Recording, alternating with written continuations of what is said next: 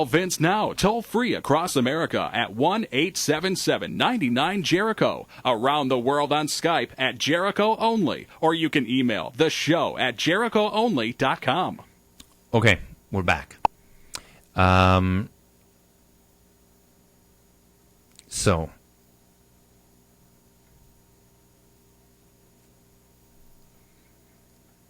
the Welsh Revival.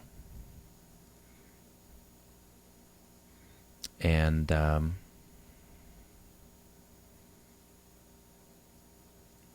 young man, more minor than pastor, so he wasn't an ordained man of God. He didn't have all of his credentials in order. He wasn't recognized to preach officially at any church. He just had a little bit of Bible college. And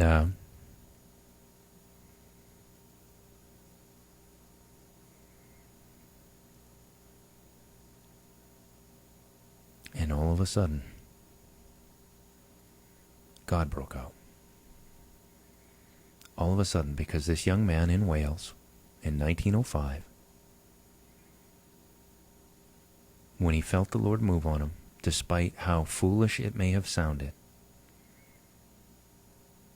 acted. He said to this pastor, the Lord's given me a message. And his pastor said, yeah, right, sure. You can talk to people at the prayer meeting, after the prayer meeting.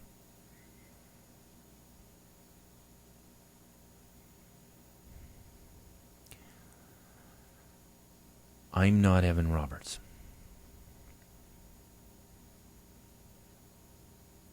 I'm a little older than he is. But there are some similarities. I've been to Bible college. I didn't finish. I'm someone of very little distinction.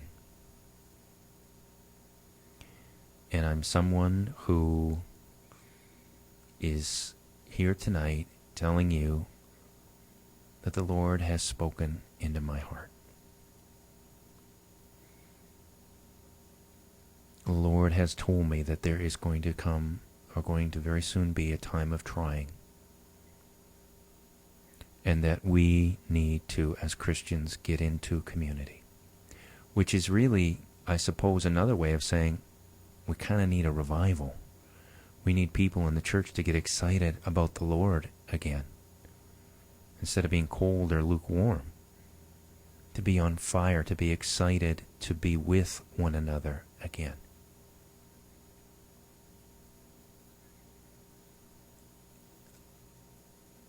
As that letter that was sent to me last night was very clear in pointing out, well, you don't fit the profile. There's no possible way that you can succeed on the internet as a Christian talk show. Well, this isn't a Christian talk show. This is church, folks. And this is some wild-eyed 50-year-old saying to you, Jesus has spoken into my heart. I have enough maturity to know that what I heard was of the Lord, not of Satan. So I didn't need to ask a pastor for direction on that.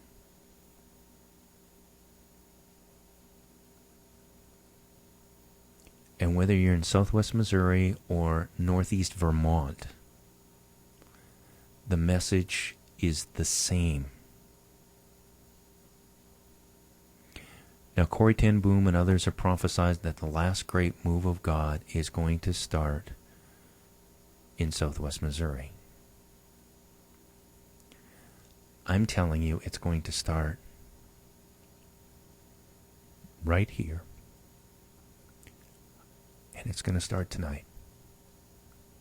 Right now. Evan Roberts had 17 people.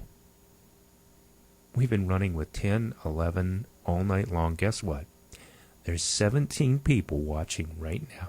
And I didn't plan this. There's no way I could have planned this. There's 17 people right now. And for 2 weeks, that man preached Jesus to just 17 people. And after 2 weeks, in a relatively small country, 100,000 people were saved. And as a result of that, millions of people were saved around the world. This is what God has put in my heart. This is what I am believing for. This is what I'm telling you. If we will come together in love, this is what we can do. And as Christians, why wouldn't we want to do that?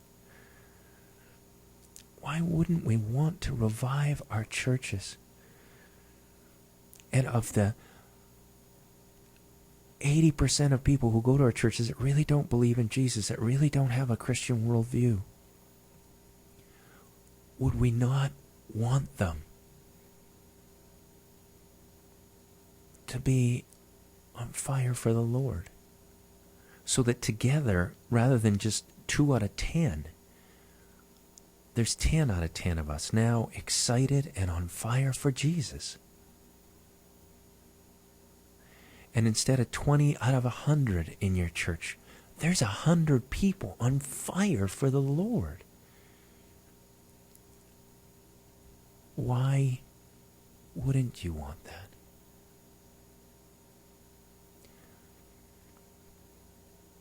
Evan Roberts had to pay a price. He had to step out in faith and be prepared to be laughed, mocked, whatever. But he had to step out in faith. And then in turn, people had to respond in faith. And when they showed after 2 weeks, then the Lord said, you know what? Okay. Like that woman screaming in the night for the magistrate.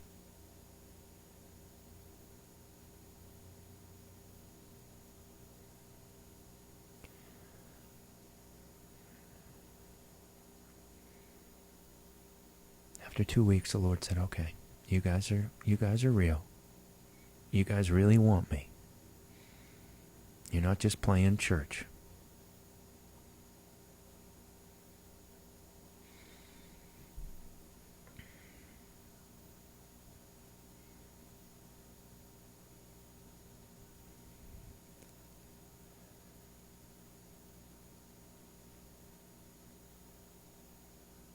Of all the things that we could do, of all of the things that 17 people could do, if I told you tonight we can touch a nation that is scared, a nation that is hurting, a nation that doesn't know which way is up, a nation that's on the verge of bankruptcy, a nation that's on the verge of absolute and total collapse. And only a fool wouldn't believe that when you look at the financials now. A nation that is morally lost.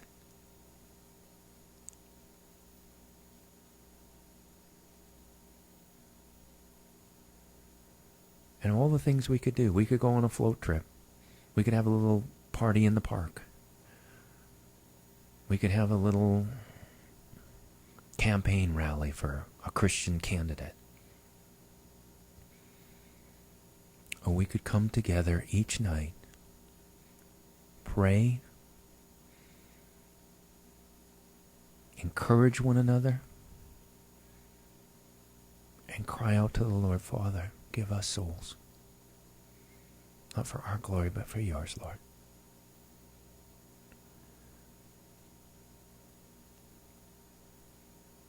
If I said to you, God has put in my heart that we will be the catalyst for revival,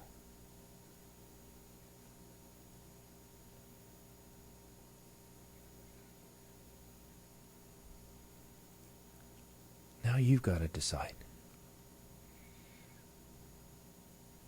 Not that you have any faith in me, nor should you.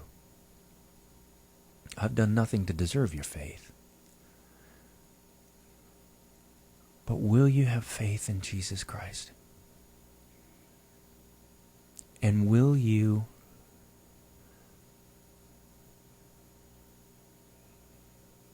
have that thirst and passion? It's so overused, but some of you will scream your faces off at a football game. Some of you will get absolutely wired over the Cardinals playing baseball. Can you get that excited about Christ? And can you get that excited? I mean, when the Super Bowl's coming and your team's in it, boy, you're pumped up. World Series, your team's in it, you're excited. I'm telling you, revival, and your team's in it. And your guy, Jesus Christ, he's the starting quarterback. He's the pitcher. He's the guy that's going to go to the plate when it's 3-2, 2 out, and brother, you need a hit. He's the man. And we get to be there and cheer him. And we can come together each night and cheer him on and praise him. And then we can go out the next day and tell all the people, oh man, you want to know what my hero did last night? Forget about, whoever. Forget about Kurt Warner. Forget about Brett Favre. You want to know what my Jesus did last night? When all the chips were down, there was this guy. He called in from Arizona. He'd lost his job. They were getting ready to foreclose on his house. Everything. It was gone. His wife was ready to leave him. He made a commitment to Christ. The next day, out of the blue, somebody called him. He got a job. His wife came back to him convicted, begged his forgiveness. They're now going to church together. They're getting counsel from their pastor. They're seeking after Jesus. That's what my Jesus did. In the bottom of the ninth, 3-2, and he came through for them.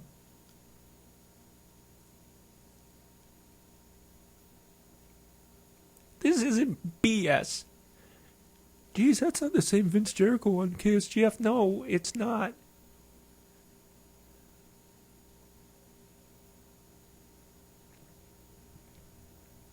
No, it's not.